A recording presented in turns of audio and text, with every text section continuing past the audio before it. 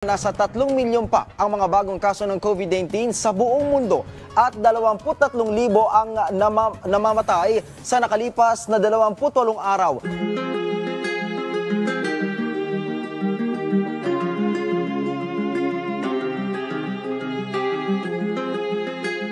Tinanong nila si Jesus, "Guro, kailan po mangyayari ang sinabi ninyo at ano ang mga palatandaan kung malapit nang mangyari iyon?" Sinabi pa ni Jesus sa kanila, "Magdidigmaan ang mga bansa at mga kaharian. Magkakaroon ng malalakas na lindol, paggutom at mga salot sa iba't ibang lugar.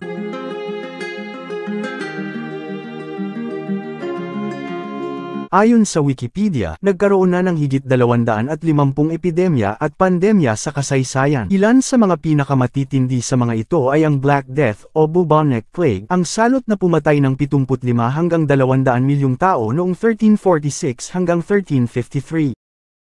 Ang Spanish flu influenza, 17 hanggang 100 milyong tao ang namatay sa salot na ito mula 1918 hanggang 1920. Ang HIV/AIDS kung saan 40.1 milyong tao na ang namatay mula 1981. At ngayon, ang COVID-19 na higit 3 taon na at halos 7 milyong tao na ang namatay dahil sa virus na ito. Ano ngayon ang kaibahan ng panahon natin ngayon sa mga nakaraang panahon ng pandemya? Ang panahon ba natin ngayon ang tinutukoy sa Biblia? Ayon sa Biblia, ang mga huling araw ay panahon ng iba't ibang klase ng salot. Noon pa isang pandemya lang ang nangyayari, sanhi ng isang klase ng sakit, gaya ng Black Death na sanhi ng Bubonic Plague. Ang pandemya noong 1520 ay sanhi ng bulutong. Ang salot noong 1600-1700 ay dala ng Bubonic Plague ulit. Pero habang papalapit tayo sa kasalukuyang panahon, iba't ibang salot na ang pinagmumulan ng mga pandemya. Mula 1950, andyan ang Asian flu, HIV/AIDS, SARS, swine flu, MERS, Ebola at COVID.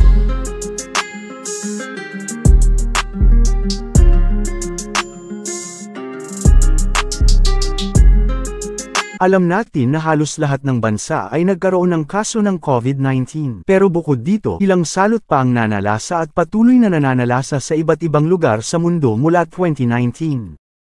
Kasama dyan ang tigdas sa Congo, Pilipinas, at Samoa.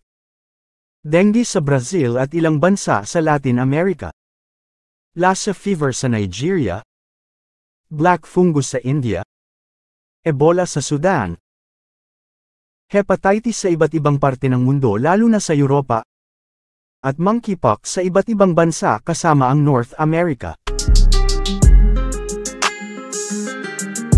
At nakita ko ang isang maputlang kabayo. Ang pangalan ng nakasakay ay Kamatayan at kasunod nito ang Hades. Binigyan sila ng kapangyarihang patayin ang ika-4 na bahagi ng populasyon ng mundo sa pamamagitan ng digmaan, gutom, sakit at mababangis na hayop.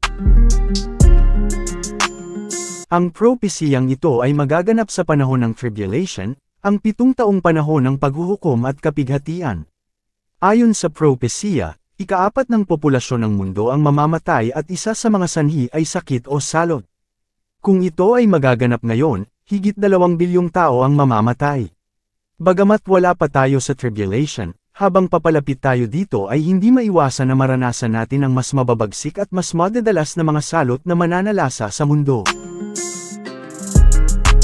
Bagamat ang eksaktong araw at oras ay hindi natin alam, sapat ang mga palatandaang ibinigay ng Panginoong Hesus upang makita natin na malapit na ang kanyang pagdating at ng katapusan ng mundo. Kaya gaya ng paulit-ulit na sinabi ng Panginoong Hesus, "Kaya maging handa rin kayo, dahil ako na anak ng tao ay darating sa oras na hindi ninyo inaasahan."